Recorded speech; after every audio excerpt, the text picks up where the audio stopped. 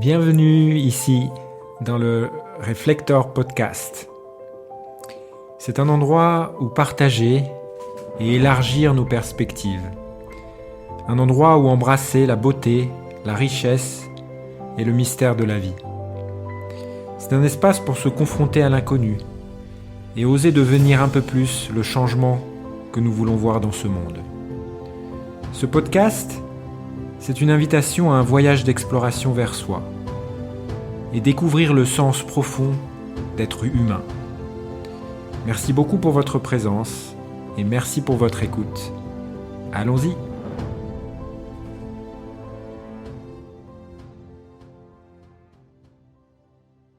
Si on est si on prend un peu les grandes étapes de ta vie pro-perso, dans ton enfance, tu me disais que ta mère avait un peu une vie de bohème, c'est ça au départ, et c'est elle qui vous a emmené, qui vous a fait découvrir d'autres cultures. Ouais, elle aimait beaucoup le voyage et était très connectée aussi à l'Afrique. Elle avait vécu là-bas avec mon père et du coup on a eu l'occasion d'aller plusieurs fois en Afrique de l'Ouest. Ouais.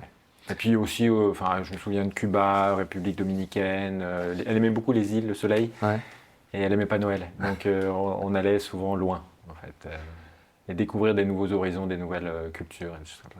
Et ça, qu'est-ce que ça a eu comme impact, selon toi, sur ta construction, justement ? Je pense que ça m'a ouvert, en fait, à des nouveaux espaces et l'envie de découvrir l'humain, en fait, et la multiplicité de manifestations qu'a peut avoir la vie humaine, en fonction des cultures, etc. Ça m'a donné, je pense, une profondeur de la manière dont on peut voir la vie, en fait, et les perspectives qu'on peut avoir. Ouais. Et après, du coup, il y a un événement marquant aussi, c'est le décès de ton père, c'est ça, quand tu étais assez jeune. J'imagine que ça a été un tournant. Qu'est-ce que en quoi ça a influencé ta vie, ta vision, peut-être ? C'est une grosse question.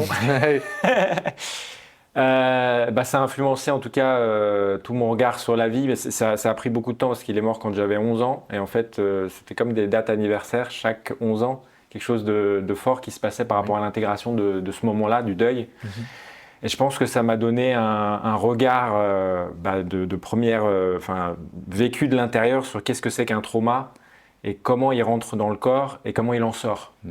Et les cycles qu'il peut y avoir et les différentes couches que ça vient toucher chez les gens, parce que je l'ai vécu dans mon corps. Et c'est comme à chaque fois qu'on vit quelque chose de fort comme ça, il y a évidemment à chaque année, au moment de la date anniversaire, il y a quelque chose qui se passe. Mais aussi moi j'avais 11 ans, donc là chaque 11 ans, donc à 22 ans il y a eu quelque chose de fort, 33 ans aussi. Et là j'arrive à 44. Donc je pense que c'est par hasard que je sois ici. Et j'en ai fait mon métier en fait. De voir à quel point certains des événements, alors là la mort d'un être cher c'est significatif, mais quelquefois c'est des choses beaucoup plus anodines qui en fait nous touchent très très profondément et conditionnent notre parcours de vie et s'inscrivent en fait dans notre système nerveux. Et tant que notre système nerveux a pris la géométrie de ce trauma-là, en fait on voit la vie à partir de cette géométrie-là et on est extrêmement limité. Donc pour moi, c'est la seule possibilité d'ouvrir vraiment notre scope, c'est d'aller revisiter ces mémoires-là et de changer la géométrie dans le système nerveux, somatiquement, corporellement. Et donc du coup, toi, ton chemin, comment est-ce que tu l'as fait ? Donc à 11 ans, effectivement, traumatisme, un moment très, très difficile. Après, il y a eu une phase il me semble que tu me disais que tu t'étais coupé de la spiritualité. Oui, à 11 ans, j'étais très connecté, spirituel, etc. Et puis, suite au décès de mon père, j'ai complètement coupé avec ça parce que je me suis dit, s'il y a un Dieu, soit il fait ça, il n'est pas sympa. Donc c'est pas un Dieu bienveillant, soit il n'existe pas, mais dans les deux cas, je ne veux plus en entendre parler. En fait. Donc il y avait vraiment ce rapport au père qui a été complètement chamboulé à 11 ans. Et je suis revenu avec mon adolescence, et j'avais un côté un peu rasta, avec le reggae, etc. Fumer aussi un petit peu, ça a commencé à ouvrir des nouveaux espaces de conscience. Et ça m'a rappelé en fait à cette connexion que j'avais étant enfant. Et du coup, autour de 20-22, c'est là où j'ai rencontré mes premiers maîtres spirituels en Afrique et j'ai commencé le yoga. Donc c'était une reconnexion très forte à une autre forme de spiritualité aussi, parce que là, on passait directement par le corps. Et alors, comment ça s'est passé cette première rencontre, justement ? C'était un hasard ? C'est une longue histoire, mais en fait, j'ai voyagé en Afrique avec ma maman, donc ça devait être début des années 2000, et j'ai rencontré dans le village dans lequel on séjournait, j'ai rencontré un Rasta en fait, et j'ai eu une connexion super forte avec lui.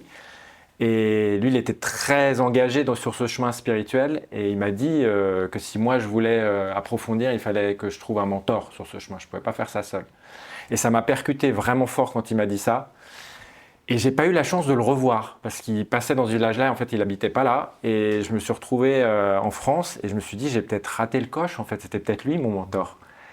Et je me suis levé tous les matins pendant un an en disant, mais il est où mon maître en fait. Et par un concours de circonstances, les coïncidences, j'ai été amené à retourner en Afrique l'année suivante.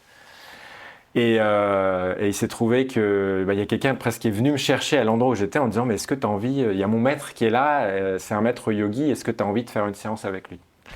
Et là, quand il m'a dit ça, j'ai su en fait que c'était la réponse à mon appel en fait. Et là, j'ai rencontré ce maître-là, on a fait une première séance, c'était tôt le matin, lever du soleil. Et il m'a fait suer comme j'avais jamais sué, parce que moi, le yoga, je pensais que c'était un truc de grand-mère, des trucs. Et non, il nous a fait suer des respirations hyper intenses. J'étais complètement trempé. En plus, il fait très chaud très vite là-bas. C'est de la tôle, du béton. Et donc il y avait un yoga très très physique, très martial, intense. Et ensuite, il y a eu tout un temps de méditation et ensuite des prières. Et il était ouvert à plein de traditions différentes. Donc il était à la fois chrétien, Rasta aussi, il avait les dreadlocks. Il était connecté aussi avec les anges de la Kabbale. Il est très très ouvert en fait. C'est une zone d'Afrique où ils sont ouverts à plein de spiritualités. Et moi, ça a été un réveil des profondeurs en fait de cette partie de moi qui priait étant enfant. Et puis c'était déconditionné d'un dogme particulier parce que ça incluait en fait toutes les formes de célébration du divin. Et c'est comme si j'étais rebranché sur la prise.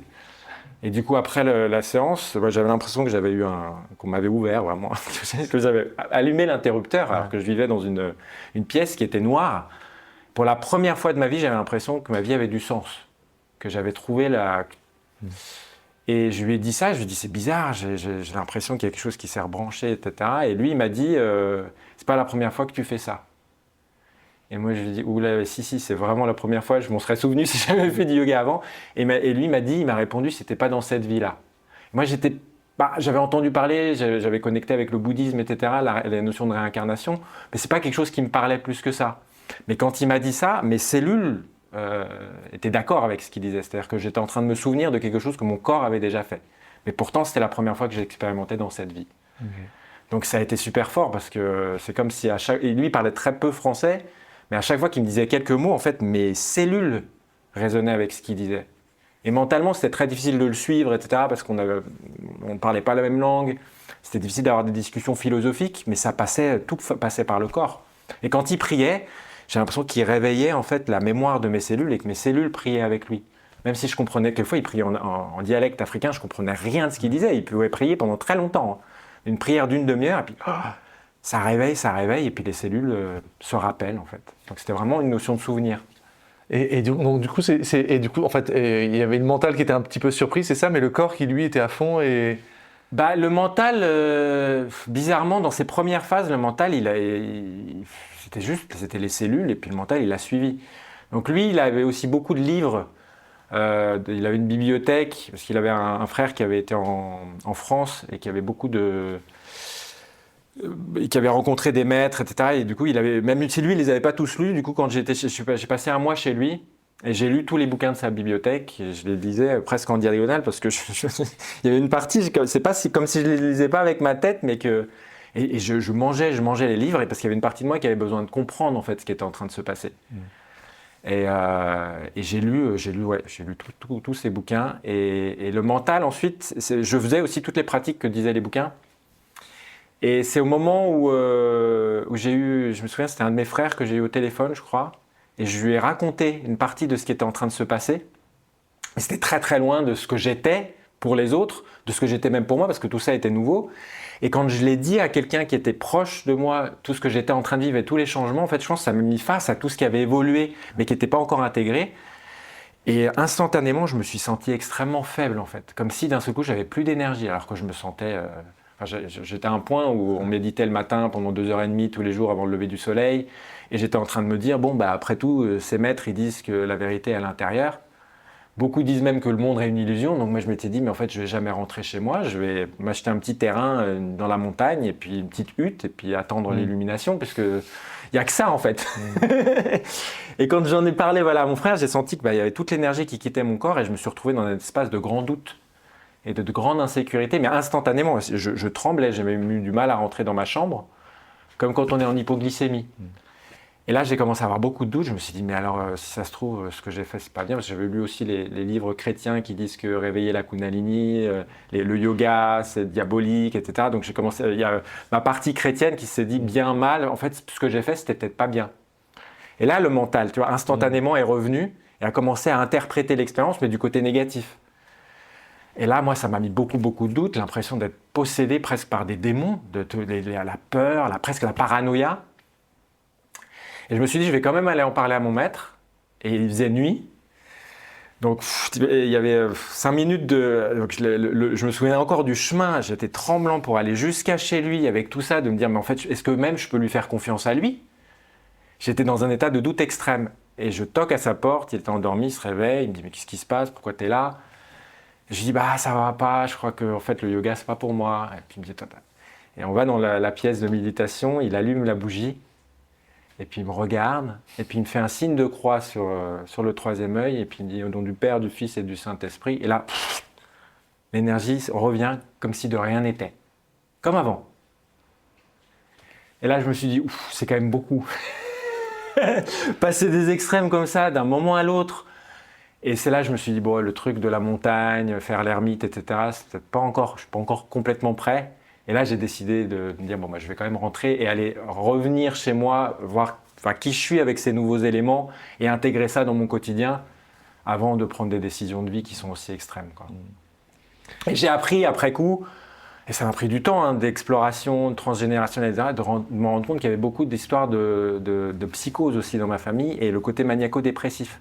Et en fait, j'ai vécu dans un laps de temps très rapproché, en fait, ces extrêmes que peuvent vivre la psyché, et qui faisait partie de mon arbre généalogique, notamment du côté de maternel, mais aussi ces extrêmes-là étaient présents du côté paternel. Donc c'était en fait mon histoire qui, quand on dit les cellules se souviennent, c'est aussi que elles étaient en train de sortir les mémoires en fait, de l'arbre généalogique, commencer à me mettre face à la mémoire de mon arbre, et la difficulté à vivre les extrêmes.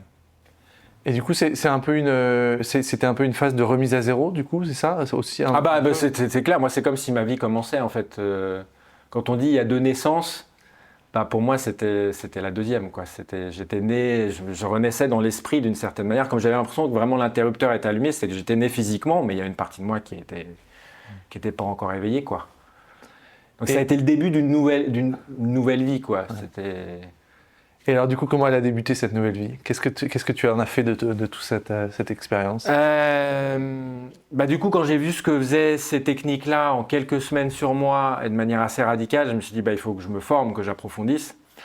Donc je me suis formé au yoga et j'ai approfondi, j'ai fait des études en psychologie, donc à l'université, en psychothérapie aussi. Et j'ai exploré pas mal de champs de tout ce qui est développement personnel, psychothérapie, etc. Et donc ça, c'était très rapidement une fois que je suis rentré, parce que j'étais en économie, moi, dans mon cursus. Et là, j'ai changé, je me suis dit, mais en fait, non, mon truc, c'est l'humain. Donc j'ai bifurqué sur la psychologie. Et j'avais quand même cet appel de la cave et le côté ermite. Et du coup, je suis aussi, quelques années après, reparti en Inde avec cette intention de voir, mais en fait, est-ce que quand même la vie de moine, c'est fait pour moi? Et donc en 2005-2006, je suis retourné en Inde pour aller rencontrer les maîtres et aussi les méditants, ceux qui avaient vécu une vie d'ascèse, pour savoir si c'était pour moi ou pas. Donc j'ai fait une sorte de pèlerinage et je suis remonté jusque dans l'Himalaya pour rencontrer les yogis, en fait. Ouais. Et du coup, là, après, tu t'es rendu compte, c'est en discutant avec eux ou en testant? Pas en discutant, parce que discuter à un yogi, en fait, ça n'a pas tellement de sens. C'est tu t'assieds, tu médites, tu étais dans la présence, en fait, tu médites avec lui. Et j'ai eu la chance de passer du temps dans un ashram en Himalaya avec un yogi silencieux, qui lui, il avait fait ça plusieurs fois dans sa vie, mais c'est des formes d'ascèse où il ne parle pas. Et là, ça faisait, je crois, 12 ans, quelque chose comme ça, qu'il ne parlait plus. Et alors moi je cherchais les maîtres, ceux qui étaient illuminés, qui avaient trouvé, qui avaient vu, qui connecté à la réalité. Et puis j'avais eu ce contact-là par personne interposée en France. Et c'était pas un truc, il y avait beaucoup de gens, hein, mais il y avait quelques Français qui le suivaient parce qu'il avait un disciple français. Et c'était au bord de la Yamuna, en fait, vraiment dans les contreforts de l'Himalaya. Et moi, j'ai pas compris au début pourquoi il parle pas. Je dis, s'il a connecté et puis qu'il a plus rien à prouver, mais pourquoi il est encore en silence, en fait? Pourquoi il a même encore une ascèse? Je comprenais pas. Il y avait toute une partie de mon mental là, qui réagissait. Je me disais, mais pourquoi? Parce que une fois par jour, il y avait des questions-réponses avec le maître. Donc, on était sur le toit de l'ashram, magnifique avec la rivière, l'Himalaya derrière. Et puis, les gens posaient des questions sur les post-it. Puis, il était vieux, en plus, il avait peut-être 70 ans. Donc, il tremblait, puis il répondait. Il prenait 3 heures à répondre sur un post-it. Je disais, mais ça n'a pas de sens. Et j'étais en réaction. Premier jour, deuxième jour, troisième jour, je me dis, bon, non, mais ça se trouve, il n'est pas illuminé. Moi, je vais me barrer de là. Je vais trouver un autre maître. Et puis, je me suis dit, bon, observe ce qui est en train de se passer là. Et cette frustration, quand on était dans l'espace de satsang, il était en train d'écrire. Et je me suis dit, ok, vis cette frustration. Et je me suis permis de sentir ce que ça me faisait. Et ça a été comme une porte, en fait. Et derrière cette frustration, il y avait quelqu'un qui avait posé une question sur un maître du sud de l'Inde que j'avais été visiter. Alors, il était mort, mais j'avais été visiter son ashram. Et il était en train de répondre, en fait, sur ce sujet-là. C'est un maître qui s'appelait Sri Aurobindo. Et en fait, je suis rentré à l'intérieur et c'était comme si j'avais pris, alors j'ai jamais pris vraiment du LSD, mais j'ai eu l'occasion de prendre des substances un peu similaires et j'ai eu l'impression d'être sous LSD en fait. Et en fait, j'ai connecté toutes les énergies que j'avais connectées dans le sud de l'Inde autour de Sri Aurobindo et je réalisais qu'en fait, il faisait semblant de répondre sur le papier, mais en fait, son corps, tout son être était en train de répondre à la question. Et je me suis rendu compte qu'à ce moment-là, c'est comme si je faisais corps avec lui. Et en fait, mon corps savait. Et il était en train de tout transmettre par le silence. Et là, je me suis dit, mais j'ai été tellement débile. Et c'était une porte très simple. C'est qu'une fois que je reconnaissais que c'était juste moi qui réagissais et que mon mental avait lâché le truc, mais en fait, j'étais en connexion avec le maître à travers le silence, quoi. Et je me suis rendu compte tout au long de ma vie que les gens qui m'ont le plus touché, c'était des gens qui transmettaient dans le silence. Parce qu'ensuite, le maître que j'ai été amené à suivre et qui m'a vraiment, pour le coup, accompagné sur la durée, donc ensuite en Europe, et la plupart des gens ne comprenaient pas ce qu'il disait. Moi, j'avais un bon anglais, mais il était espagnol, un Mexicain, ne parlait pas un bon anglais. C'est très, très difficile de comprendre ce qu'il disait. Et il faisait toujours des blagues, il parlait toujours au second degré.